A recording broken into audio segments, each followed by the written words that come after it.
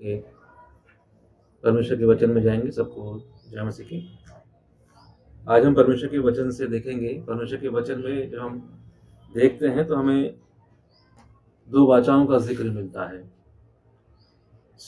ये 2 वाचा हैं, एक है प्रतिज्ञा की वाचा और एक है व्यवस्था, है ना? दोनों ही वाचा के रूप में है, कॉन्ट्रैक्ट के रूप में है, एग्रीमेंट के रूप में है। तो इन दोनों पर हम एक बार फिर से मनन करेंगे और इसको समझेंगे कि परमेश्वर इनके द्वारा मुझे आपको क्या बताना चाहता है। निर्गमन की पुस्तक उसका 24 अध्याय 1 से 18 हम पढ़ेंगे। ठीक है, मैं आप लोगों के लिए पढ़ देता हूँ। यहाँ इस तरह से लिखा हुआ है, ये आपको मिलेगा पेज नंबर 97 पर। निर्गमन की पुस्तक 24 अध्याय 1 पद से पढ़ता हूँ। कुछ पद इसमें महत्वपूर्ण है जिन पर हम आज देखेंगे। यहाँ इस तरह से लिखा है, फिर उसने मूसा से कहा, तू हारून, नादाब, अबीहू और इस्राएलियों के 70 पुरनियों समेत यहोवा के पास ऊपर आकर दूर से दंडवत करना। केवल मूसा यहोवा के समीप आए, परंतु वे समीप न आए और दूसरे लोग उसके संग ऊपर न आए। मूसा ने लोगों के पास जाकर यहोवा की सब बातें और सब नियम सुना दिए। तब सब लोग एक स्वर में बोल उठे, जितनी बातें यहोवा ने कही हैं उन सब बातों को हम मानेंगे। तब मूसा ने यहोवा के सब वचन लिख दिए और बड़े सवेरे उठकर पर्वत के नीचे एक वेदी और इस्राएल के 12 गोत्रों के अनुसार 12 खंभे बनाए। तब उसने कई इस्राएली जवानों को भेजा, जिन्होंने यहोवा के लिए होम बलि और बैलों के मेल बलि चढ़ाए। और मूसा ने आधा लहू लेकर कटोरे में रखा और आधा वेदी पर छिड़क दिया। तब वाचा की पुस्तक को लेकर लोगों को पढ़कर सुनाया। क्या शब्द लिखा है यहाँ पर? तब वाचा की पुस्तक को लेकर लोगों को पढ़कर सुनाया। उसे सुनकर उन्होंने कहा, जो कुछ यहोवा ने कहा है उस सब को हम करेंगे और उसकी आज्ञा मानेंगे। तब मूसा ने लहू लेकर लोगों पर छिड़क दिया और उनसे कहा, देखो, यह उस वाचा का लहू है जिसे यहोवा ने इन सब वचनों पर तुम्हारे साथ बांधी है। ये किस वाचा का लहू है? आपको कुछ याद आ रहा है कि नया नियम में कुछ ऐसा ही हुआ? यीशु मसीह ने कहा, देखो, ये कटोरा मेरे लहू में नई वाचा है। यहाँ पर भी कटोरे में मूसा ने लहू को रखा और जब उन्होंने कहा कि हम सब जो कुछ परमेश्वर हमसे कहेगा, जो नियम को मानेंगे, तो वहां पर वाचा बांधी और लिखा है, तब मूसा ने लहू लेकर लोगों पर छिड़क दिया। तो लहू से वाचा बांधी गई। लेकिन ये वाचा थी किस बात की? ये वाचा थी नियम की, उनके 100% आज्ञाकारिता की, आज्ञा पालन की, कि जो कहा जाएगा उसको वो करेंगे। और व्यवस्था यानी लॉज थे, नियम थे, वो मानने पड़ेंगे। उन्होंने कहा हम सब मानेंगे। तब मूसा ने उन पर लहू छिड़क करके जो कटोरे में रखा था वाचा को पक्का किया, जिसे यहोवा ने इन सब वचनों पर तुम्हारे साथ बांधी है। तो हम क्या देखते हैं? व्यवस्था भी एक एग्रीमेंट है, एक वाचा बांधी गई इस्राएलियों के साथ, और एक वाचा है प्रतिज्ञा की, जो अब्राहम के साथ हम देखते हैं और वो उसकी आशीष और मसीह यीशु में प्राप्त करते हैं। तो 2 वाचाएं हम परमेश्वर के वचन में देखते हैं। एक है प्रतिज्ञा की यानी प्रॉमिस की परमेश्वर का, और एक है नियम की। नियम की डिमांड है कि उसको पूरा किया जाए, वो व्यवस्था है, वो लॉ है। तो ये 2 वाचाएं हैं जो परमेश्वर के वचन में हम देखते हैं। इस्राएलियों ने कहा कि जो कुछ परमेश्वर हमसे कहेंगे हम उसको मानेंगे। उनके कहने पर परमेश्वर ने उनको नियम की वाचा में बांधा, ये भी करेंगे। लेकिन इससे पहले एक और वाचा बांधी गई थी अब्राहम के साथ, जिसके बारे में हम पहले देख चुके हैं। फिर उसी वाचा को हम नए नियम में देखते हैं प्रभु यीशु मसीह में, जो प्रतिज्ञा की वाचा। इसके बारे में पौलुस अपने सभी पत्रों में लगभग बात करता है। गलातियों की पत्री में, रोमी की पत्री में विशेष रूप से इन बातों को वो बताता है। तो आप जब परमेश्वर के वचन को पढ़ते हैं, समझते हैं, तो आप समझिए यहाँ पर 2 वाचाएं हैं। एक है व्यवस्था की और एक है प्रतिज्ञा की। व्यवस्था की वाचा मनुष्य पर आधारित है, उसकी आज्ञा पालन पर, उसके मानने पर, उसके करने पर निर्भर है। लेकिन प्रतिज्ञा की वाचा परमेश्वर पर निर्भर है, क्योंकि वो परमेश्वर का प्रॉमिस है। उसने वो मनुष्य की खूबी के अनुसार नहीं दिया, और अपने वायदे के अनुसार वो बांधी है और वो कैसे कार्यकारी होती है, जब आगे जाके हम देखेंगे तो पता चलेगा कि वो कर्म से नहीं, विश्वास से कार्यकारी होती है। वो लागू कैसे होती है? विश्वास के द्वारा, कर्म से नहीं। लेकिन ये व्यवस्था की जो वाचा है, ये नियम से, ये करने से लागू होगी। यदि आप करेंगे तो पाएंगे, नहीं करेंगे तो नहीं पाएंगे, ऐसा करेंगे तो ऐसा पाएंगे, वैसा करेंगे तो वैसा पाएंगे, यहाँ पर आधारित है। लेकिन प्रतिज्ञा की जो वाचा है वो परमेश्वर की प्रॉमिस पर आधारित है, और वहाँ वो परमेश्वर पर निर्भर है, मनुष्य केवल उस पर विश्वास करता है और वो उस वाचा के तहत आ जाता है। तो ये दो वाचाएं हैं यहाँ पर जिसका परमेश्वर के वचन में जिक्र किया गया। तो इनका डिफरेंस हमको समझना बहुत ज़्यादा ज़रूरी हो जाता है। तो व्यवस्था की वाचा में दास उत्पन्न होते हैं। आप समझ रहे हैं, व्यवस्था की वाचा में क्या होगा? दास उत्पन्न होंगे।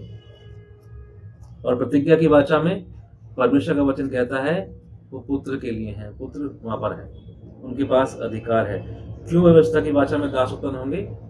क्योंकि वहाँ पर क्या है, जितना करेंगे उतना पाएंगे। तो करने पर किसको मिलता है? नौकर को मिलता है, पुत्र को नहीं। नौकर को करने का दाम दिया जाता है, इनाम दिया जाता है ना। तो वहां करने पर आधारित है, इसलिए वहां दास का शब्द इस्तेमाल किया कि व्यवस्था जो है वो उससे दास उत्पन्न होते हैं। आगे जाके इसको हम देखेंगे। दास यानी जितना करेंगे उतना पाएंगे। वो नौकर है, करने का इनाम पाते हैं, है ना। पर समस्या यह है कि कोई इसे, और इसकी डिमांड क्या है? 100% मांगती है वो। परमेश्वर का वचन कहता है यदि आप के पास 10 आज्ञाएं हैं, उसमें आप एक में चूक गए तो मानो आप 10 के ना करने वाले ठहरे। तो वो 100% की डिमांड करती है और ये कोई कर नहीं सकता। तो यदि आप गलातियों की पत्री उसका 3रा अध्याय और उसका 12वां पद पढ़ेंगे तो वहाँ पर आपको ये बातें लिखी हुई मिलेंगी और आप इसका फर्क स्पष्ट रूप से समझ पाएंगे। गलातियों की पत्री 3रा अध्याय 12वां पद में पढ़ता हूँ आपके लिए। यहाँ से लिखा है, पर व्यवस्था का विश्वास से कोई संबंध नहीं, क्योंकि जो उनको मानेगा वह उनके कारण जीवित रहेगा। क्या लिखा है यहाँ पर? व्यवस्था का विश्वास से कोई संबंध नहीं। जो प्रतिज्ञा की वाचा है वो विश्वास के द्वारा कार्यकारी होती है, लेकिन ये व्यवस्था की जो वाचा है वो मानने के द्वारा, करने के द्वारा कार्यकारी है। जो उसको मानेगा यानी उसको पूरा करेगा उसके द्वारा जीवित रहेगा। लेकिन समस्या यह है कि कोई इसको 100% पूरा कर नहीं सकता, कोई कर नहीं सकता। इसी वजह से प्रॉब्लम है वहाँ पर। कोई इसके द्वारा धर्मी ठहरता भी नहीं, क्योंकि वहाँ पर हमें संपूर्ण रीति से 100% उसको मानना पड़ेगा। यदि उसको पूरा करेंगे तो उसके द्वारा कोई व्यक्ति धर्मी ठहरेगा, लेकिन ये होने वाला नहीं है। इसीलिए परमेश्वर ने प्रतिज्ञा की वाचा को अहमियत दी है और अपने पुत्र के द्वारा उसको लागू किया है। लिखा है यीशु मसीह के बारे में कि वो और भी उत्तम वाचा का जामीन ठहरा, उसके द्वारा वो स्थापित की गई है। तो यदि हम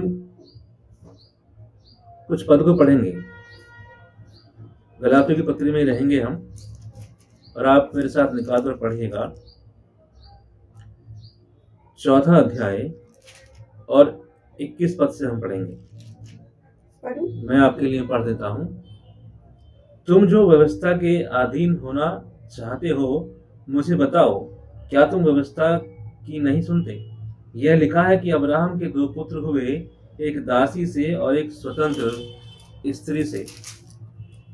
परंतु जो दासी से हुआ वह शारीरिक रीति से जन्मा, और जो स्वतंत्र स्त्री से हुआ वह प्रतिज्ञा के अनुसार जन्मा। इन बातों में दृष्टांत है, ये स्त्रियां मानो 2 वाचाएं हैं।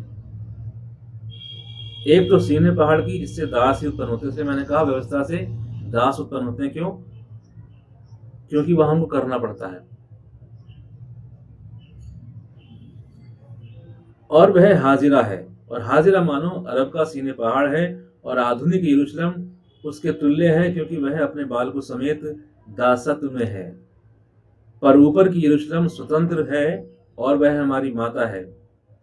सो यहाँ पर पौलुस उसी बात को तुलनात्मक तरीके से बताता है, समझाने के तरीके से। गलातियों की पत्री में जो कलीसिया थी वहां पर समस्याएं हो रही थी, वो व्यवस्था को और नई वाचा को मिक्स करने के प्रयास में लगे हुए थे। तो इनको अच्छे से समझाने के लिए वो इन 2 बातों का जिक्र करता है, तुलनात्मक तरीके से उनको बताता है कि वो हाजिरा और सारा के बारे में बात करता है। अब्राहम की 2 स्त्रियों के बारे में बात करता है। लिखा है कि अब्राहम के 2 पुत्र हुए, एक दासी से और एक स्वतंत्र स्त्री से। दासी से कौन जन्मा? इस्माइल। और सारा से कौन जन्मा? इजहाक। परंतु जो दासी से हुआ वह शारीरिक रीति से जन्मा। तो हम वहां पर क्या देखते हैं, वो जो कंपैरिजन कर रहा है वो इसलिए कर रहा है कि जो हाजिरा से पुत्र उत्पन्न हुआ अब्राहम का, उसे वो दास भी इसलिए कहता है, और वो उसको व्यवस्था के साथ इसलिए कंपेयर करता है क्योंकि उसमें उसका एफर्ट शामिल था, उसका करना शामिल था, तब वो उत्पन्न हुआ। लेकिन जो प्रतिज्ञा की संतान था, जिसके बारे में परमेश्वर ने कहा था अब्राहम और सारा से कि तुमको एक पुत्र उत्पन्न होगा, उसमें उनका एफर्ट था नहीं, क्योंकि वो बुजुर्ग हो चुके थे। लिखा था सारा का तो मासिक धर्म भी बंद हो चुका था, लिहाजा वो अपने तरीके से उसको उत्पन्न नहीं कर सकते। तो फिर वो कैसे हुआ? वो परमेश्वर की प्रतिज्ञा के अनुसार उत्पन्न हुआ। वो आत्मा, इसलिए वो आत्मा से उत्पन्न हुए का एक तरीके से रिप्रेजेंटेटिव हो गया। वहां पर एक दर्शा रहा है इस बात को, जो नए नियम देखते हैं कि जो यदि कोई आत्मा जल और आत्मा से ना जन्मे तो वो नए सिरे से जन्म नहीं ले सकता, या परमेश्वर के राज्य में नहीं जा सकता। या नए सिरे जन्मने का तात्पर्य क्या है? जल और आत्मा से जन्म लेना। तो इसहाक पैदा हुआ परमेश्वर की सामर्थ्य, लेकिन दासी का पुत्र पैदा हुआ उनके खुद के एफर्ट से। तो व्यवस्था में मनुष्य का खुद का एफर्ट है, उसके कर्म है, लेकिन प्रतिज्ञा की वाचा में परमेश्वर का अनुग्रह है, उसकी दया है, उसकी सामर्थ्य है। इसलिए दोनों डिफरेंट हो जाती हैं। तो यदि इसका हम पद 23 पढ़ते हैं तो वो कहता है जो दासी से हुआ वह शारीरिक रीति से जन्मा, यानी सेल्फ एफर्ट, स्वयं का प्रयास, और व्यवस्था की वाचा भी स्वयं के प्रयास पर ही आधारित है। आप इसमें सिमिलरिटी देख रहे हैं, क्यों पौलुस तुलना कर रहा है इन दोनों की? इसलिए कर रहा है, और परमेश्वर ने भी शायद समझाने के लिए बातें वहां पर रखी हैं ताकि हम समझ पाए इनमें फर्क क्या है। जब तक हम इसका फर्क नहीं समझेंगे, हम व्यवस्था के दासत्व से आजाद नहीं हो सकते, जिसके लिए यीशु मसीह ने दाम चुकाया है, अपने लहू का कतरा कतरा बहाया। हम उस सोच से, उस मेंटलिटी से आजाद नहीं हो पाएंगे।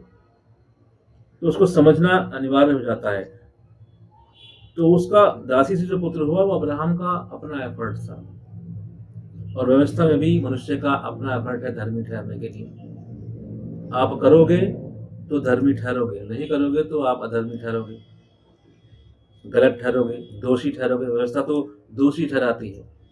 क्यों? क्योंकि कोई उसको 100% पूरा कर नहीं पाता, इसलिए वो आपको अनक्वालिफाई या डिस्क्वालीफाई कर देती है। और इसीलिए वहां पर मनुष्य का खुद का सेल्फ एफर्ट है धर्मी ठहरने के लिए, वो खुद के प्रयास पर आधारित है। इसलिए तुलना पौलुस कर रहा है। और स्वतंत्र स्त्री यानी सारा से जो हुआ वो प्रतिज्ञा के अनुसार जन्मा, यानी उसके जन्म में उनका शारीरिक प्रयास मायने नहीं रखता, उनका शारीरिक प्रयास मायने नहीं रखता, क्योंकि सारा का मासिक धर्म बंद हो चुका था। तो उसका जन्म होना सिर्फ परमेश्वर की प्रतिज्ञा के अनुसार हुआ। जैसा प्रभु ने कहा वैसा परमेश्वर की सामर्थ्य से उनके लिए हुआ। तो वो कैसे हुआ? केवल केवल विश्वास के द्वारा। यदि वो विश्वास ना करें और परमेश्वर की इस बात को स्वीकार ना करें तो ये होने वाला नहीं है। इसलिए हमें समझ में आता है कि हाजिरा किस बात को रिप्रेजेंट करती है? व्यवस्था की वाचा, क्योंकि उसके द्वारा जो पैदा हुआ वो उसके सेल्फ एफर्ट में था। लेकिन सारा के जो पुत्र उत्पन्न हुआ वो परमेश्वर की प्रतिज्ञा के अनुसार हुआ। जैसा प्रभु ने कहा वैसा उसने विश्वास किया। लिखा अब्राहम के लिए कि उसने विश्वास किया परमेश्वर की बात पर, वो उसके लिए धार्मिकता गिना गया। तो हमें समझ में आता है कि जो प्रतिज्ञा की वाचा है वो विश्वास से कार्यकारी होती है। यदि विश्वास ना किया होता तो इसहाक उत्पन्न नहीं होता। उन्होंने मान लिया तो उनको हुआ, लेकिन जो दासी से पैदा हुआ वो उनके खुद के सेल्फ एफर्ट थे कि उन्होंने एक पुत्र पैदा किया। लेकिन जो इसहाक पैदा हुआ वो परमेश्वर की प्रतिज्ञा के अनुसार पैदा हुआ। इसलिए वो दर्शाता है, सारा और इसहाक इस बात को यहाँ पर दर्शा रहे हैं, पौलुस से तुलना करना चाह रहा है कि ये प्रतिज्ञा की वाचा को दर्शा देता है जहां पर विश्वास मायने रखता है। तो पद 24 को यदि हम पढ़ते हैं तो वहां लिखा इन बातों में दृष्टांत है, ये स्त्रियां मानो 2 वाचाएं हैं, एक तो सीने पहाड़ की जिससे दास ही उत्पन्न होते हैं और वह हाजिरा है। तो सीने पर्वत पर उन्हें नियम लिखित रूप में दिए गए थे। हाजिरा वो सीने पर्वत के समान बता रहा है क्योंकि वहां पर स्वयं का प्रयास है, हाजिरा ने और अब्राहम ने स्वयं के प्रयास से पुत्र पैदा किया और सीने पर्वत पर ही व्यवस्था दी गई लिखित रूप में। मूसा वहां से लेकर के आया उन हुक्मों को, और वो किस बात पर आधारित थे? मनुष्य के खुद के प्रयास पर। तो ये तुलनात्मक बात यहाँ पर पौलुस कर रहा है और कहता है कि जो आधुनिक इजराइल यानी आधुनिक यरूशलेम है, या वो यानी फिजिकल जो है, उसके तुल्य है, क्योंकि उन्हें व्यवस्था दी गई सीने पहाड़ पर और उसके दासत्व में वो है। समझ पा रहे हैं आप ये बात? क्यों पौलुस से तुलना कर रहा है? वो कहता है हाजिरा मानो अरब का सीने पहाड़ है और आधुनिक यरूशलेम उसके तुल्य है। क्यों है? क्योंकि पौलुस के समय में जो यरूशलेम है, उसने विश्वास की वाचा को उन लोगों ने जो इजरायली थे नकारा है। वो व्यवस्था के दासत्व में रहे, इसलिए उस बात को बता रहा है। तो ये कंपैरिजन कर रहा है कि जैसे हाजिरा ने सेल्फ एफर्ट से पुत्र पैदा किया, वैसे ही वो भी अपने सेल्फ एफर्ट से यानी व्यवस्था के द्वारा धर्मी ठहरना चाहते हैं, जो कि असंभव सी बात है अब होनी। तो इसलिए वो इस बात को कंपैरिजन कर रहा है। तो हाजिरा बराबर है सीने पर्वत जहाँ व्यवस्था दी गई, क्योंकि वहां पर स्वयं का प्रयास है, और यहाँ पर भी स्वयं का प्रयास है। वो अपने आप से व्यवस्था के द्वारा अपने कर्मों से धर्मी ठहरना चाहते हैं।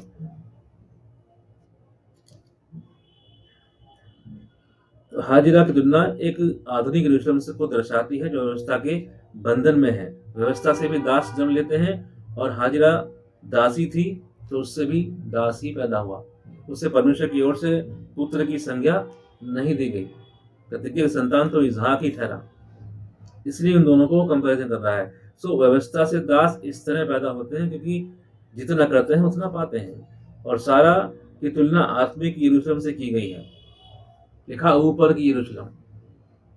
क्यों? क्योंकि यह विश्वास के रास्ते को दर्शाती है। सारा के जो पुत्र उत्पन्न हुआ वो विश्वास के कारण हुआ, प्रतिज्ञा के कारण हुआ। तो प्रतिज्ञा की वाचा विश्वास पर आधारित है, कर्म पर आधारित नहीं है। आप लोग ये डिफरेंस समझ ही पा रहे हैं? व्यवस्था की जो वाचा थी वो उन्होंने कहा हम करेंगे, जो कुछ परमेश्वर ने कहा है हम सबको माना करेंगे। तब मूसा ने लहू छिड़का उनके ऊपर और वाचा बांध दी गई। तो वो नियम की, कानून की वाचा थी कि इसका पालन किया जाएगा। इसलिए वो हाजिरा के साथ उसका कंपैरिजन कर रहा है। उन्होंने भी खुद से कुछ किया तो उनको बेटा उत्पन्न हुआ। अब क्योंकि वो दासी थी तो उससे दास ही पैदा हुआ, वो इस बात को भी दर्शा रहा है। तो वैसे ही जो खुद से धर्मी ठहरना चाहते हैं वो भी नियम और कानून यानी व्यवस्था के दासत्व में है। वो भी दास के समान ही है, क्योंकि दास का क्या, उसका क्या प्रारूप होता है? वो एक नौकर है, वो करता है तो उसको कुछ मिलता है। नौकरी करता है लोग, नौकरी वही है वो। आप करोगे तो मिलेगा, नहीं करोगे तो आप 5 मिनट ऑफिस में लेट हो गए तो भाई हावड़े कट जाएगा, आपने किया नहीं तो मिलेगा कैसे? लेकिन प्रतिज्ञा की वाचा में ऐसा नहीं था, अनुग्रह की नई वाचा में ऐसा नहीं था, और वहां है। इसलिए वो इन दोनों की तुलना कर रहा है। यहाँ पर मनुष्य का खुद का कर्म मौजूद है, यदि उसने किया है तो उसको मिला है, नहीं किया तो नहीं। जितना किया है उतना मिला है, इसलिए वो कंपैरिजन कर रहा है। लेकिन वो सारा के विषय में कहता है, इसको आगे कहता है, पर ऊपर की यरूशलेम स्वतंत्र है और वह हमारी माता है। तो वो किसको कह रहा है? ऊपर की यरूशलेम वो स्वतंत्र स्त्री के बारे में बात करता है, क्योंकि लिखा है, हे बांझ तू जो नहीं जनती आनंद कर, तू जिसको पीड़ाएं नहीं उठती गला खोलकर जय जयकार कर, क्योंकि त्यागी हुई की संतान सुहागिन की संतान से भी अधिक है। तो यहाँ त्यागी हुई सारा है और सुहागिन हाजिरा है, क्योंकि अब्राहम ने उसको अपनी पत्नी कर लिया था। एक तरीके से वो अलग थलग पड़ गई थी, लेकिन उसी अलग थलग हुई से ही परमेश्वर ने प्रतिज्ञा की संतान को उत्पन्न किया है, जो विश्वास से हुई है। उनके किसी भी उसमें उनके एफर्ट्स मायने रखते नहीं है। तो क्या ऐसा नहीं कि उन्होंने एफर्ट किया नहीं होगा, लेकिन वो बस महज एक फॉर्मेलिटी टाइप रहा होगा, पर पुत्र तो परमेश्वर ने दिया, क्योंकि साफ लिखा है कि सारा का मासिक धर्म बंद हो चुका था। तो प्रतिज्ञा की वाचा में एफर्ट्स मायने नहीं रखते, वो वहां जो कुछ है वो परमेश्वर की ओर से है। लेकिन व्यवस्था में मनुष्य को करना पड़ता है, तब वो प्राप्त करता है। यदि नहीं करता तो नहीं मिल सकता। और यदि जितना करता है उतना ही समझिए, क्योंकि वो नियम है, वो कानून है। तो जो ऊपर की यरूशलेम है जिसके बारे में बात करता है, वो एक लिखा है उसके बारे में, वो विश्वास का रास्ता है। यदि आप एम्पलीफाइड बाइबल पढ़ेंगे तो यहाँ पर वो ब्रैकेट में लिखता है दी वे ऑफ फेथ। ऊपर की यरूशलेम के बारे में लिखता है वो। आत्मिक यरूशलेम में प्रतिज्ञा से जन्मे पुत्र हैं जो विश्वास का प्रमाण है, और सारा से भी प्रतिज्ञा की संतान पैदा हुई जिसकी प्रतिज्ञा परमेश्वर ने की है। तो आत्मिक या ऊपर की यरूशलेम यानी यह स्तोत्र स्त्री, उसको वो सारा के साथ कंपैरिजन कर रहा है। ठीक है, तो इन दोनों से ही पुत्र पैदा हुए, ये दोनों से संतान पैदा हुई। लेकिन इन दोनों संतानों का उत्पन्न होना क्या दर्शाता है? परमेश्वर के साथ संबंध में रहने के दो रास्तों या दो तरीकों को दर्शाता है। एक तो वो जो दासत्व में है, और एक वो जो पुत्र हैं जिनके पास पालकपन का अधिकार है। जितनों ने यीशु मसीह पर विश्वास किया, उसको ग्रहण किया, उसने उन्हें परमेश्वर की संतान होने का अधिकार दिया। तो हम इस बात को समझते चलें कि जो ये ऊपर की यरूशलेम है वो सारा के बारे में बात कर रहा है, और उससे जो पैदा हुई वो पुत्र, वो विश्वास के द्वारा पैदा हुआ। और विश्वास के द्वारा क्या पैदा हुआ है आज के संदर्भ में देखें तो पौलुस इन बातों को समझाता है। वो कौन है? वो विश्वास के द्वारा धर्मी ठहराए गए लोग हैं, वो कलीसिया है। वो कलीसिया की बात करता है, चर्च की बात करता है।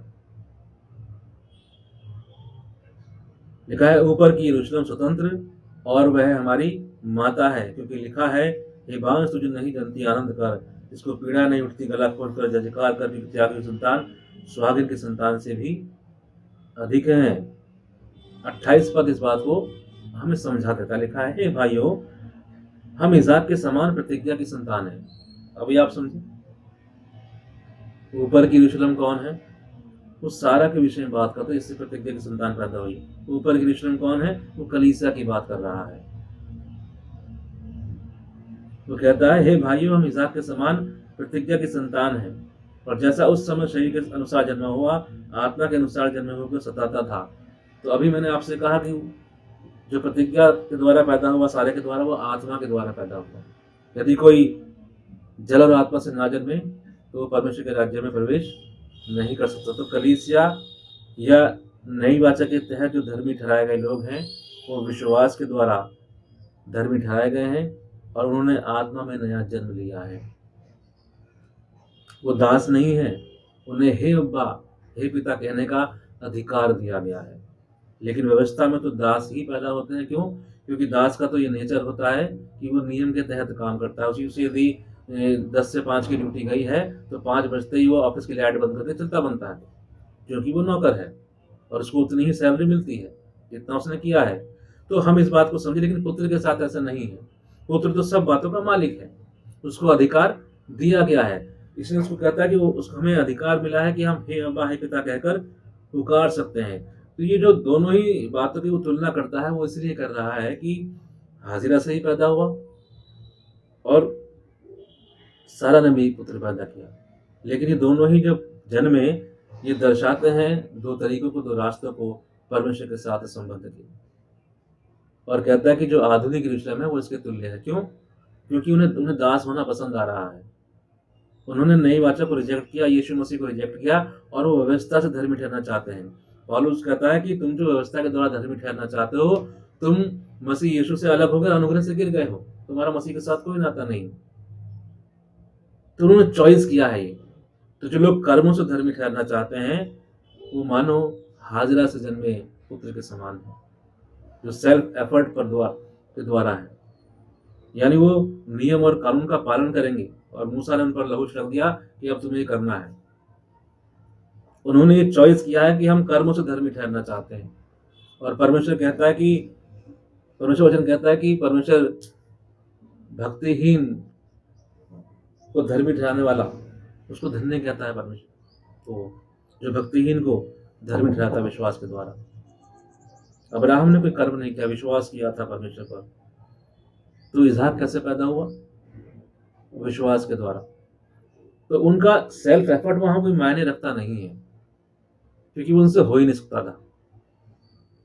तो फिर कैसे हुआ? ठीक इसी प्रकार जब हम नई वाचा में आते हैं ना, तो आप जो कर रहे हो ना वो मायने नहीं रखता। आपसे बिगड़ गया या आपसे अच्छा हो गया, ये इतना इम्पोर्टेंट नहीं है। परमेश्वर ही हैं जो हमारे अंदर किसी काम को करने की इच्छा डालते हैं, उसे करने की सामर्थ्य देते हैं और हमारे द्वारा पूरा करते हैं। यदि हम ये सोचें कि ये काम मैं कर गया, तो ये हमारी मूर्खता है। नई वाचा के तहत यदि हम आ गए हैं, विश्वास की द्वारा हम धर्मी ठहराए गए हैं, तो हम जो कुछ ही भले काम कर रहे हैं ना, वो हमारी कुव्वत नहीं है। परमेश्वर ने चाहा कि हम करें, उसने इच्छा डाली, उसने सामर्थ्य दी और वही उसे हमसे पूरा भी कराता है। यही तो इसहाक के पैदा होने में हुआ। ये परमेश्वर था उसके पीछे, लेकिन हाजिरा जो पैदा हुआ उसके पीछे परमेश्वर नहीं थे, वहां उनका खुद का एफर्ट था। इसलिए वो व्यवस्था के साथ उसको कंपेयर करता है कि वहां मनुष्य का धर्मी ठहरने के लिए खुद का एफर्ट है। वो करेगा तो उसे अच्छा माना जाएगा, नहीं करेगा तो बुरा माना जाएगा, अधर्मी गिना जाएगा। और बाइबल कहती है व्यवस्था तो दोषी दोषी ठहराती है, वो किसी को धर्मी ठहरा नहीं सकती। क्यों? क्योंकि वो तो डिमांड करती है 100% की। आपके पास यदि 10 आज्ञा हैं और आपने 9 पूरी कर दी, 1 नहीं करी, तो आपको रिवर्स गियर मानना पड़ेगा दोबारा से धर्मी ठहरने के लिए। चूक गए आप, इसलिए उसको वो दास के रूप में, क्योंकि वो एक बंधन हो गया, एक दासत्व हो गया। करोगे तो पाओगे। लेकिन परमेश्वर के वचन में जब हम प्रतिज्ञा की वाचा में देखते हैं, तो वहां परमेश्वर अपने अनुग्रह से लिखा है, विश्वास के द्वारा अनुग्रह ही से तुम्हारा उद्धार हुआ है, कर्मों से नहीं कि कोई घमंड करे। तो ये फर्क है इन दोनों में। इसलिए वो पौलुस यहाँ गलातियों की पत्री में तुलना कर रहा है हाजिरा की और सारा की। तो जो ऊपर की जो यरूशलेम है, वो प्रतिज्ञा की वाचा के तहत है। उसके बारे में साफ साफ वो बात ये कहना चाहता है कि वो कौन है? वो कलीसिया है, वो चर्च है, वो विश्वासी है। लेकिन जो आधुनिक यरूशलेम यानी फिजिकल यरूशलेम है, जो इजराइल है, वो दासत्व में है और आज भी है। आज भी उन्होंने कबूल नहीं किया है। उन्होंने यीशु मसीह को उद्धारकर्ता के रूप में या मसीहा के रूप में एक्सेप्ट नहीं किया है। इसलिए कहता है कि वो दासत्व में है, वो अपने बाल को समेत दासत्व में है। पर ऊपर की यरूशलेम स्वतंत्र है। तो एक है इजराइल जो फिजिकल है और एक है इजराइल जो आत्मिक है। एक है यरूशलेम जो फिजिकल है और एक यरूशलेम जो आत्मिक है। तो आत्मिक कौन सा है?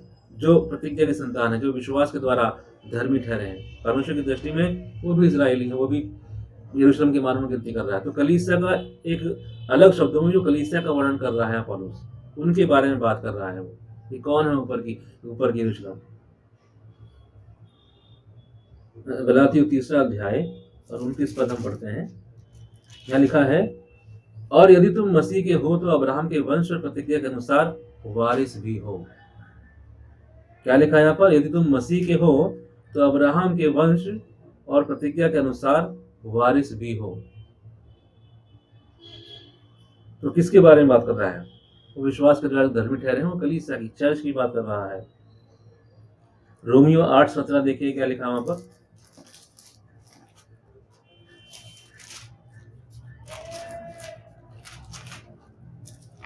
यहाँ लिखा है, और यदि संतान है तो वारिस भी, वरन परमेश्वर के वारिस और मसीह के संगी वारिस, की जब हम उसके साथ दुख उठाएं तो महिमा भी पाएं। हम मसीह के साथ संगी वारिस गिने गए हैं। तो ये वारिस होना, ये पालकपन का अधिकार, ये व्यवस्था के अनुसार नहीं मिला, ये नई वाचा में मिला है, प्रतिज्ञा की वाचा में मिला है। तो जो 2 वाचाओं का जिक्र करता है, एक व्यवस्था पर आधारित है और एक परमेश्वर की प्रॉमिस पर, उसकी प्रतिज्ञा पर आधारित है। यदि गलातियों की पत्री के 3 अध्याय को पूरे को आप पढ़ेंगे तो वहां इन बातों का डिफरेंस आपको साफ साफ और उस बता रहे हैं और आप समझ जाएंगे। 23 पद में कहता है 3 अध्याय के, पर विश्वास के आने से पहले व्यवस्था की अधीनता में हमारी रखवाली होती थी, और उस विश्वास के आने तक जो प्रकट होने वाला था हम उसी के बंधन में रहे। तो हम यहाँ साफ साफ देखते हैं, यदि कोई यीशु मसीह पर विश्वास नहीं करता, प्रतिज्ञा की नई वाचा में नहीं आना चाहता है, तो व्यवस्था की वाचा में बंधन में है। इसलिए वो दासत्व की बात करता है। इसलिए व्यवस्था मसीह तक पहुंचाने के लिए हमारी शिक्षक हुई कि हम विश्वास से धर्मी ठहरे हैं। परंतु जब विश्वास आ चुका तो हम अब शिक्षक के अधीन ना रहे, क्योंकि तुम सब उस विश्वास के द्वारा जो मसीह यीशु पर है परमेश्वर की संतान हो, और तुम में से जितनों ने मसीह में बपतिस्मा लिया है उन्होंने मसीह को पहन लिया है। आज के समय में मनुष्य के पास चुनाव है। परमेश्वर अपना सुसमाचार लोगों तक पहुंचा रहे हैं। वो अपनी प्रतिज्ञा की वाचा का शुभ संदेश लोगों तक पहुंचा रहे हैं। जो मसीह यीशु में अब्राहम की आशीष हमें प्राप्त होती है, उसका संदेश लोगों तक पहुंच रहा है। जो विश्वास करेंगे वो सेंतमेंत बिना कर्मों के धर्मी ठहराए जाएंगे और परमेश्वर उन्हें अपने संतान होने का अधिकार देंगे। लेकिन जो इसको रिजेक्ट करेंगे वो उसी वाचा के अधीन है जो नियम पर आधारित है। जहां उन्होंने कहा कि हम मानेंगे, अब उनको मानना ही पड़ेगा। और जब मानने में नाकाबिल होंगे, सक्सेस नहीं होंगे, सफलता नहीं पाएंगे, तो वो दंडित किए जाएंगे। क्योंकि जो वहां पर क्राइटेरिया लिखा गया है, यदि उसको फुलफिल नहीं करेंगे तो रिजल्ट वैसा ही मिलेगा उनको। परमेश्वर के वचन में एक दृष्टांत कहा यीशु मसीह ने कि किसी व्यक्ति ने काम पर रखा लोगों को, सो जो सुबह सुबह उससे मिलके काम पर उन्होंने दिहाड़ी ठहरा दी थी अपने काम की। उन्होंने अपनी दिहाड़ी ठहरा दी कि मुझको इतना ही चाहिए, तो उन्होंने अपने काम के अनुसार अपना तय कर लिया था। लेकिन जो बिल्कुल अंतिम घंटे में आए, उन्होंने कुछ तय नहीं किया था। उन्होंने कहा मालिक जो दे देगा ठीक है। जानते हो, मालिक ने उन्हें भी पूरे दिन की दिहाड़ी दी। तो हम फर्क देखते हैं, जो खुद के एफर्ट से प्राप्त करना चाहते हैं वो उतने सफल नहीं है। लेकिन प्रतिज्ञा की वाचा में परमेश्वर अपने अनुग्रह से ठहराते हैं, अनुग्रह से देते हैं। तो वहां हमें धर्मी ठहराया गया है, हम बने नहीं है। हमें डिक्लेयर किया प्रभु ने, धर्मी ठहराया है। उसने कहा है कि तुम धर्मी हो। क्यों? क्योंकि हमने विश्वास किया। तो इसहाक पैदा हुआ विश्वास के कारण। लिखा है सारा के विषय में कि उसने बूढ़ी होने पर भी जिसने प्रतिज्ञा की उसको सच्चा जाना। तो यदि हम परमेश्वर पर विश्वास करते हैं, हम प्रतिज्ञा की नई वाचा में आते हैं, तो हम विश्वास के कारण धर्मी ठहराए जाते हैं। अतः विश्वास करने वाले मसीह यीशु में अब्राहम की आशीष पाते हैं, यानी यीशु पर विश्वास कर हम प्रतिज्ञा की संतान हो जाते हैं। गलातियों 3:14 में बात लिखी हुई है। यह इसलिए हुआ कि अब्राहम की आशीष मसीह यीशु में अन्य जातियों तक पहुंचे और हम विश्वास के द्वारा उस आत्मा को प्राप्त करें जिसकी प्रतिज्ञा हुई है। तो सारा विश्वास की धार्मिकता का प्रतीक है। यहाँ पर इसके बारे में कहता है कि ऊपर की यरूशलेम है। वो कौन है? वो कलीसिया है। हाजिरा व्यवस्था की धार्मिकता का प्रतीक है। रोमियो 3 अध्याय निकालेंगे हम।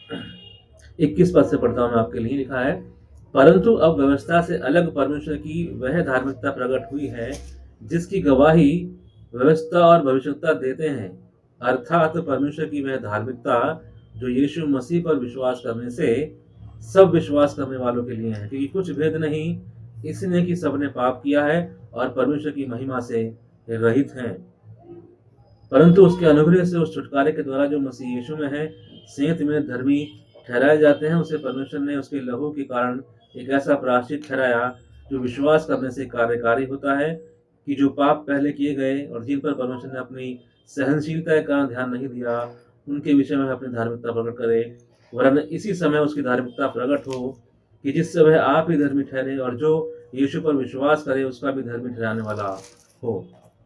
तो घमंड करना कहाँ रहा? उसकी तो जगह ही नहीं। कौन सी व्यवस्था के कारण से? क्या कर्मों की व्यवस्था से? नहीं, वरन विश्वास की व्यवस्था के कारण। इसलिए हम इस परिणाम पर पहुंचते हैं कि मनुष्य व्यवस्था के कर्मों से अलग ही विश्वास के द्वारा धर्मी ठहरता है।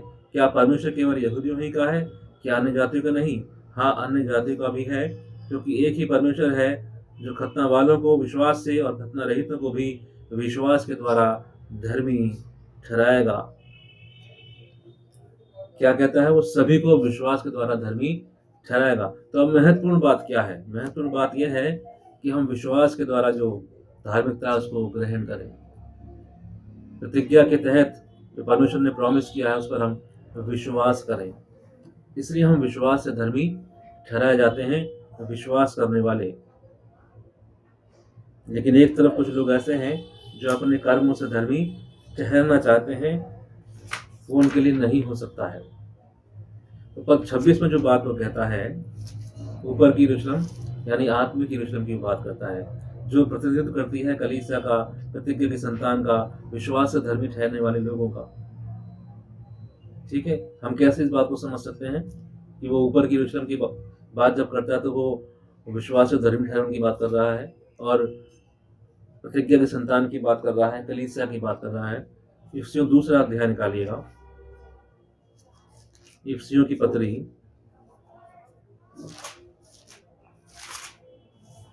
दूसरा अध्याय और 4 से 6 पद हम पढ़ेंगे। यहाँ लिखा है, परंतु परमेश्वर ने जो दया का धनी है, अपने उस बड़े प्रेम के कारण जिससे उसने हमसे प्रेम किया, जब हम अपराधों के कारण मरे हुए थे, तो हमें मसीह के साथ जिलाया, और अनुग्रह ही से तुम्हारा उद्धार हुआ है, और मसीह यीशु में उसके साथ उठाया और स्वर्गीय स्थानों में उसके साथ बैठाया है। तो जब वो ऊपर की यरूशलेम की बात करता है तो वो कौन है? यीशु मसीह पिता के दाहिने हाथ जा बैठा, और जब वो वहाँ हमारे लिए बैठा है तो हम उसमें हैं। इसलिए यहाँ पर लिख रहा है कि उसी के साथ तुम्हें मसीह यीशु में उसके साथ उठाया और स्वर्गीय स्थानों में उसके साथ बैठाया है। तो यदि यीशु मसीह का एक्सेस स्वर्गीय स्थानों में है तो आप समझिए कलीसिया का भी है। यद्यपि हम यहाँ हैं लेकिन तो भी हमारा पहुंच वहां तक है, हम वहां बैठे हुए हैं यीशु मसीह में। ये पद हम इस बात को स्पष्ट रूप से कहते हैं। तो ऊपर की यरूशलेम कौन है? वो प्रतिज्ञा की संतान है, वो कलीसिया है। वो है जो सारा से पैदा हुआ, यानी वो विश्वास से पैदा हुआ, सेल्फ एफर्ट से पैदा नहीं हुआ। और पद 28 इस बात को प्रकट करता है, हमने अभी पढ़ा इसमें। इब्रानियों 12वां अध्याय निकालिएगा,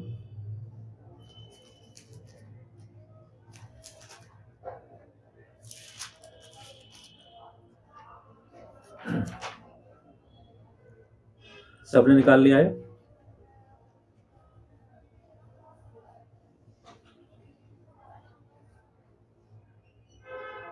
बाईस पद से हम पढ़ेंगे, इब्रानियों 12वां अध्याय 22 पद से। पर तुम सिय्योन के पहाड़ के पास और जीवते परमेश्वर के नगर स्वर्गीय यरूशलेम के पास और लाखों स्वर्गदूतों और उन पहलोटों की साधारण सभा और कलीसिया, जिनके नाम स्वर्ग में लिखे हुए हैं, और सबके न्यायी परमेश्वर के पास और सिद्ध किए हुए धर्मियों की आत्माओं और नई वाचा के मध्यस्थ यीशु के छिड़काव के उस लहू के पास आए हो, जो हाबिल के लहू से उत्तम बातें कहता है। तो जब हम इन बातों को पढ़ रहे हैं तो हमें समझ में आता है कि ऊपर क्या है। वो कहता धर्मी ठहराई गई आत्माएं, कलीसिया, लाखों स्वर्गदूत और यीशु मसीह वो मध्यस्थ उसके लहू के निकट आ गए हो। स्वर्गीय यरूशलेम एक शब्द यहाँ पर लिखा गया, स्वर्गीय यरूशलेम, इसके बारे में पौलुस कहता कि ऊपर की यरूशलेम। तो वो कौन है? यहाँ सारे शब्द लिखे गए हैं कि तुम सिय्योन के पहाड़ के पास, जीवते परमेश्वर के नगर यानी स्वर्गीय यरूशलेम के पास, लाखों स्वर्गदूत और उन पहलोटों की साधारण सभा और कलीसिया। तो हम समझ गए ऊपर की यरूशलेम कौन है। वो उन्हीं की बात करता है जो विश्वास से पैदा हुए, वही है ऊपर की यरूशलेम, वही है जो विश्वास करने वाले हैं। उसमें सारा भी है, इसाक भी है, और वो जो विश्वास से धर्मी अब ठहर रहे हैं और ठहरे हैं और ठहरते रहेंगे आगे भी, तो सब उसमें शामिल हैं। प्रकाशित वाक्य 21:2 में इसी के बारे में जिक्र लिखा है। वही है वो स्वर्गीय यरूशलेम, वो कलीसिया को दर्शा रहा है। यहाँ पर विश्वास के द्वारा धर्मी ठहरे हैं उनको दर्शा रहा है। सो पुरानी वाचा और नई वाचा में अंतर है। ये लेख की रीति पर है।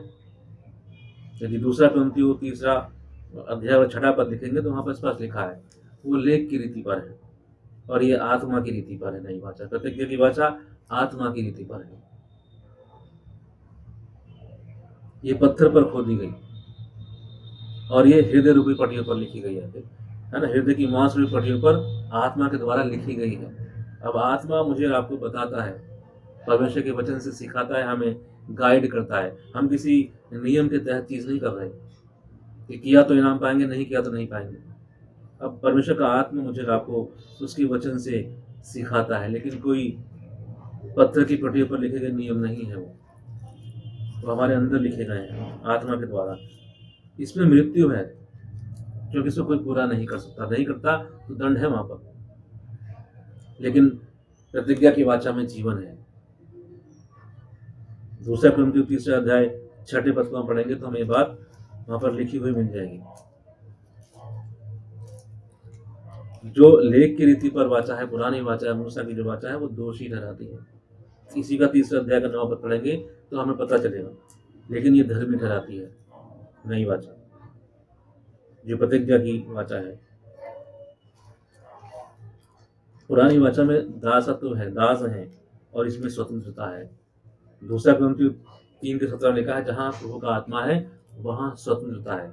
और ये नई वाचा आत्मा के द्वारा होता है, क्योंकि हमने क्या देखा, ये जो प्रतिज्ञा की संतान है ये आत्मा से पैदा होते हैं। जो कोई जल और आत्मा से ना जन्मे वो परमेश्वर के राज्य को देख नहीं सकता। तो हमें क्या पता चलता है कि जो इसहाक भी पैदा हुआ वो आत्मा के द्वारा पैदा हुआ, परमेश्वर की सामर्थ से पैदा हुआ, उनके सेल्फ एफर्ट से नहीं हुआ। इसलिए पौलुस ये कंपैरिजन कर रहा है, ये तुलना वो कर रहा है। तो यहाँ स्वतंत्रता है, तो जहाँ आत्मा है वहाँ स्वतंत्रता, वहाँ गुलामी नहीं है, वहाँ दासत्व नहीं है। इसलिए पौलुस इस बात को दर्शाता है। यदि आप निकाल लें इस बात को तो मैं आपके लिए पढ़वा देता हूँ, यदि आप समझ जाए इन बातों को। दूसरा कुरिन्थियों निकालेंगे हम, और 3 अध्याय मैं पढ़ देता हूँ, 3 पद से पढ़ता हूँ। यह प्रकट है कि तुम मसीह की पत्री हो, जिसको हमने सेवक के समान लिखा, और जो स्याही से नहीं परंतु जीवित परमेश्वर की आत्मा से पत्थर की पटियाओं पर नहीं परंतु हृदय की मांस रूपी पटियाओं पर लिखी है। हम मसीह के द्वारा परमेश्वर पर ऐसा ही भरोसा रखते हैं, यही नहीं कि हम अपने आप इस योग्य हैं कि अपनी ओर से किसी बात का विचार कर सकें, पर हमारी योग्यता परमेश्वर की ओर से है, जिसने हमें नई वाचा के सेवक होने की योग्य भी किया, शब्द के सेवक नहीं वरन आत्मा के सेवक। क्योंकि शब्द मारता है और आत्मा जीवन देता है। इसमें कहता है कि उस वाचा में मृत्यु है और यहाँ जीवन है। जहाँ आत्मा है वहाँ लेख है, और जहाँ कहीं आत्मा है वहाँ स्वतंत्रता है। तो यदि वहाँ आत्मा मौजूद नहीं है तो वहाँ पर क्या है, दासत्व है। और यदि मृत्यु की है वाचा जिसके अक्षर पत्थरों पर खोदे गए थे, यह तेजो में हुई कि मूसा के मुंह पर के तेज के कारण जो घटता भी जाता था, इस्राएली उसके मुंह पर दृष्टि नहीं कर सकते थे, तो आत्मा की वाचा और भी तेजो में क्यों ना होगी। क्योंकि जब दोषी ठहराने वाली वाचा तेजो में थी, तो धर्मी ठहराने वाचा और भी तेजो में क्यों ना होगी। इसलिए मैंने कहा कि वो दोषी ठहराती है और ये धर्मी ठहराती है। और जो तेजो में था वह भी उस तेज के कारण जो उससे बढ़कर तेजो में था, कुछ तेजो में न ठहरा। क्योंकि जब वह जो घटता जाता था तेजो में था, तो वह जो स्थिर रहेगा और भी तेजो में क्यों ना होगा। इसलिए ऐसी आशा रखकर हम याओ के साथ बोलते हैं, मूसा के समान नहीं, जिसने अपने मुंह पर पर्दा डाला था, ताकि इस्राएली इस घटने वाले तेज के अंत को ना देखें। परंतु वे मतिमंद हो गए, क्योंकि आज तक पुराना नियम पढ़ते समय उनके हृदय पर वही पर्दा पड़ा रहता है, पर मसीह में उठ जाता है। आज तक जब कभी मूसा की पुस्तक पढ़ी जाती है तो उनके हृदय पर पर्दा पड़ा रहता है, परंतु जब कभी उनका हृदय प्रभु की ओर से फिरेगा तब वह पर्दा उठ जाएगा। प्रभु तो आत्मा है, और जहाँ कहीं प्रभु का आत्मा है वहाँ स्वतंत्रता है। जहाँ कहीं प्रभु का आत्मा है वहाँ स्वतंत्रता। इसलिए वो जिक्र करता है स्वतंत्र स्त्री के बारे में। गलातियों की पत्री 4 अध्याय में जब वो सारे के बारे में कहता है तो वो उसको स्वतंत्र स्त्री कहकर संबोधित करता है। क्यों? क्योंकि उसके द्वारा जो पैदा हुआ वो विश्वास के द्वारा, आत्मा के द्वारा। और जब हम प्रतिज्ञा की नई वाचा के द्वारा धर्मी ठहरते हैं, तो विश्वास के द्वारा हम आत्मा के द्वारा धर्मी ठहराए जाते हैं। हम आत्मा से पैदा होते हैं, शारीरिक रीति पर नहीं। इसलिए वो तुलना कर रहा है। तो यहाँ दंड है पाप का, इसमें पाप पर जयवंत होने के लिए परमेश्वर की सहायता है। व्यवस्था की वाचा में क्या है, वहां दंड है पाप का, लेकिन यहाँ क्या है, यहाँ पाप पर जयवंत होने के लिए परमेश्वर की सहायता है। इसमें पवित्रता की डिमांड है पुरानी वाचा में, लेकिन जो व्यवस्था की वाचा उसमें पवित्रता की डिमांड है। लेकिन इसमें क्या है, नई वाचा में पवित्रता में रहने के लिए सहायता और गिर जाने पर फिर आत्मा की सहायता से उठकर चलने का अवसर है। परमेश्वर हमारी सहायता करता है कि हम फिर उठें और चलें, और जो भले भले अच्छे काम करने के लिए प्रभु ने ठहराया है उनको हम करें। हम पाप को अपने ऊपर प्रभुता ना करने दें, क्योंकि उसकी प्रभुता है ही नहीं। अब आत्मा के द्वारा हमें सामर्थ्य मिल गई है कि हम पाप को ना कह सकते हैं। नो कहने की सामर्थ्य हमें मिल गई है बुरी बातों के लिए। पहले ऐसा नहीं था, हम बंधन में थे। क्यों? क्योंकि शैतान व्यवस्था का लाभ दे करके उसके द्वारा पाप को जीवन में लाता था, क्योंकि उसे पता था मनुष्य कमजोर है और वो कर नहीं पाएगा, तो वो दोषी ठहरेगा। लेकिन जब यहाँ पर परमेश्वर दोषी नहीं लगाते तो उसके दांत खट्टे हो जाते हैं, उसका जोर चलता ही नहीं। वरन परमेश्वर यहाँ पर सहायता प्रदान करते हैं कि फिर उठो, चलो। कौन है जो उसके चुने पर दोष लगाएगा? नई वाचा में परमेश्वर दोषी नहीं ठहराते, वरन सहायता करते हैं आत्मा के द्वारा कि हम नए जीवन की चाल चलें। हमारी मदद करते हैं, हमें तिरस्कृत नहीं करते, वरन हमारी सहायता करते हैं। यह मनुष्य पर निर्भर है पुरानी वाली, लेकिन ये परमेश्वर पर निर्भर है पूरी तरीके से, क्योंकि यहाँ जो कुछ होता है परमेश्वर की सामर्थ्य से होता है। हम जो कुछ भी करते हैं भला कार्य, वो हमारी साथ नहीं है। वो भी हमें पढ़ा ना कि हम इसके योग्य नहीं है, ये हम ये करते हैं। देखा ना यहाँ पर, यह नहीं कि हम अपने आप इस योग्य हैं कि अपनी ओर से किसी बात पर विचार कर सकें। नहीं, यहाँ आत्मा, परमेश्वर का आत्मा हमारे द्वारा करवाता है। जिस प्रकार प्रतिज्ञा के द्वारा, विश्वास के द्वारा इसहाक पैदा हुआ, उनका सेल्फ एफर्ट वह मायने नहीं रख रहा था, वो करते तो भी नहीं होता। तो यदि रिजल्ट आया तो वो कैसा आया? परमेश्वर ने चाहा तो आया। ठीक इसी प्रकार नई वाचा के तहत जो कुछ भी हम करते हैं भला कार्य, उसका भला नतीजा, उसका अच्छा रिजल्ट परमेश्वर के अनुग्रह से हम पाते हैं। यदि हम कुछ भी काम कर रहे हैं तो हम बस कर रहे हैं, परमेश्वर सिर्फ ये चाहते हैं कि बस तुम करो, नतीजा तुमको मैं दूंगा बेहतर। क्यों? क्योंकि हम उसके हो गए हैं। उसने कहा मैं तुम्हें पूंछ नहीं परंतु सर ही ठहराऊंगा। वो हमें आशीष देने वाला परमेश्वर है, हमें बढ़ाने वाला परमेश्वर है, क्योंकि हम उसके पुत्र हैं। वो हमारी सहायता करता है। इसमें दंड नहीं वरन ताड़ना है। परमेश्वर पुत्र जानकर हमारी ताड़ना करता है, लेकिन हमें इसके प्रति सचेत रहना चाहिए। परमेश्वर सिर्फ इतना चाहता है कि परमेश्वर कहता है, हे भाइयों, अपने बुलाए जाने और चुन लिए जाने को सिद्ध करते जाओ। ये चाहते हैं परमेश्वर, हम इसके प्रति इग्नोरेंस ना बरतें, इसके प्रति हम बिल्कुल भी सुस्त ना हो जाएं कि हम कहाँ पर हैं।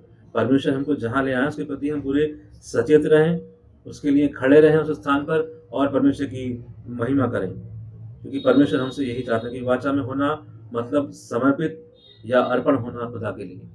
नई वाचा का मतलब है कि हमारा जीवन और हम परमेश्वर को समर्पित है। और उस क्या कहता है? अब मैं जीवित ना रहा वरन मसीह मुझ में जीवित है। अब मेरी हसरतें नहीं, अब परमेश्वर की हसरतें मेरी हसरतें हो गई हैं। ये है नई वाचा का मतलब। यहाँ पर हम और हमारा जीवन और हमारा सब कुछ परमेश्वर को अर्पण हो चुका है, डेडिकेट हो चुका है। इसके प्रति हमें सचेत रहना होगा। इसलिए कई बार इस बात को बताया भी गया, और भी समय में बात आती है कि परमेश्वर ने भक्त जन को अपने लिए अलग कर रखा है। इसका तात्पर्य क्या है? आप परमेश्वर को एक प्रकार से भेंट चढ़ाई हुई वस्तु बन चुके हो। आप परमेश्वर के हो। नई वाचा के तहत जो भी है वो परमेश्वर का है। अब उसमें संसार की चीजें मिक्स नहीं होनी चाहिए। इसके लिए हमें सचेत रहना होगा। इसलिए पौलुस कहता है कि तुम दुष्ट आत्माओं के कटोरे और परमेश्वर के कटोरे दोनों में एक साथ सहभागी नहीं हो सकते। लेकिन यदि हम सचेत नहीं रहेंगे तो हम हो जाएंगे। इससे कुछ होगा नहीं। होगा सिर्फ ये कि हमने ये दर्शा दिया कि हम परमेश्वर की वाचा के प्रति सचेत नहीं थे। हमने ये समझा ही नहीं कि हमारा जीवन परमेश्वर को अर्पण किया जा चुका है। हम उसके हैं और वो हमारा है। तो यदि उसके प्रति हम सचेत रहते हैं तो हमारी विश्वास योग्यता झलकती है। हम परमेश्वर के प्रति फेथफुल दिखाई देते हैं। इतना ही चाहते हैं परमेश्वर। लेकिन यहाँ पर किसी भी प्रकार का कुछ भी मनुष्य पर आधारित नहीं है, लेकिन एक डेडिकेशन है, बस एक समर्पण की भावना है इसमें जो परमेश्वर चाहते हैं। तो वहां लोगों ने चाहा कि हम नियमों को मानेंगे, तो मूसा ने लहू चढ़क कर वाचा बांध दी। लेकिन ठीक वैसे ही यीशु मसीह कहते हैं, देखो ये कटोरा मेरे लहू में नई वाचा है, जब कभी पीते हो तो मेरे स्मरण के लिए तुम यही क्या करो, या तुम मुझे याद करते हो। जब उसमें हम शामिल होते हैं तो हम प्रभु की मृत्यु का प्रचार करते हैं। जब उसको हम प्रचार कर रहे होते हैं उसे लेने के द्वारा, तो हम यही तो कह रहे होते, प्रभु धन्यवाद, तूने हमें विश्वास के द्वारा धर्मी ठहरा दिया और तू आत्मा के द्वारा हमें लिए चल रहा है, हमें रोज बरोज नई बातें सिखा रहा है जो तेरी इच्छा के अनुसार है। तेरा आत्मा हमें अब गाइड कर रहा है, हम लेख की रीति पर नहीं आत्मा की रीति पर चल रहे हैं। तो ये सब कुछ प्रभु यीशु मसीह के द्वारा हमारे लिए मुमकिन हो सका कि हमें एक ऐसा गाइड मिल गया जो हर छोटे से लेकर बड़ी बात पर हमें गाइड करता है। यदि हम उसकी सहायता लेना चाहें तो वो जरूर देता है। हमें एक सहायक मिल गया। ये कितना बड़ा हमारे लिए इज्जत की बात है या प्रिविलेज है जो नई वाचा मुझे आपको मिला है। तो हमें समझना है कि जब पौलुस गलातियों की पत्री में हाजिरा और सारा का कंपैरिजन करता है प्रतिज्ञा की वाचा से और व्यवस्था की वाचा से, तो वो इसीलिए कर रहा है क्योंकि हाजिरा से दास पैदा हुआ क्योंकि दासी थी, और सारा स्वतंत्र स्त्री थी, उससे जो पैदा हुआ वो परमेश्वर की सामर्थ में हुआ। उनकी सामर्थ, उनका एफर्ट वहाँ पर मायने रखता ही नहीं था। ठीक वैसे ही नई वाचा के तहत जो लोग हैं वो अच्छे कर्म करेंगे क्योंकि परमेश्वर ने उनको अच्छा बना दिया है, लेकिन वो धर्मी करने से नहीं ठहर सकते। जैसे कि उनके करने से इज़ाक पैदा नहीं हो सकता, करेंगे तो भी नहीं होगा, लेकिन पैदा हुआ। तो ठीक वैसे ही हम अच्छे काम करते तो हैं, लेकिन करने से धर्मी नहीं ठहरते। धर्मी तो परमेश्वर हमें डिक्लेयर करता है, उसके कहने से, उसने हमें उसके पुत्र के बलिदान के द्वारा जब हमने विश्वास किया तो हमें धर्मी ठहराया है। आप कर्म करके, अच्छे कर्म करके धर्मी ठहर नहीं सकते। ये रिलेशन है इन दोनों बातों में। इस संबंध में यदि कोई मनुष्य समझ जाए तो उसके लिए आसान है प्रभु के साथ चलना, क्योंकि यदि हम इस बात को समझ जाएं तो हमें जान जाएंगे परमेश्वर ने कितनी बड़ी दया हम पर की है। इसलिए पौलुस कहता है, हे भाइयों, मैं तुम्हें परमेश्वर की दया स्मरण दिलाकर कहता हूँ कि अपने शरीर को परमेश्वर को भावता बलिदान करके चढ़ाओ, ये तुम्हारी आत्मिक सेवा या आराधना है। तो यदि कोई व्यक्ति सचमुच समझ जाए परमेश्वर ने कितना अनुग्रह किया है, तो वो कभी भी खुद को गलत चीजों में लिप्त कर नहीं सकता।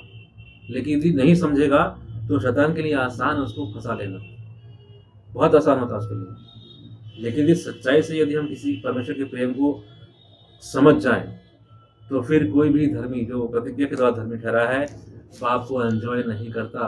और उस कहता है अनुग्रह बहुत हुआ तो क्या हम पाप करते रहे? कहता है कदापि नहीं, क्योंकि उसके लिए तो हम मर गए, तो अब क्यों जिएंगे उसके लिए? अब हम मसीह को अर्पित की गई एक जीवन बन गया हमारा। वस्तु में कह रहा हूं ताकि हम समझ जाएं, हम परमेश्वर को भेंट चढ़ाए जा चुके तरीके से। अब अपने लिए नहीं, अपने नहीं है हम, यीशु ने दाम देकर मुझे और आपको मोल ले लिया है। अब मेरे सोचों में, मेरे विचारों में, मेरे लबों पर क्या होना चाहिए वो परमेश्वर डिसाइड करना चाहते हैं, हमें करने देना चाहिए, क्योंकि हम वहां पर आ चुके हैं। तो यदि हम आत्मा की रीति पर चलते हैं तो कभी भी शरीर की रीति पर नहीं चलते।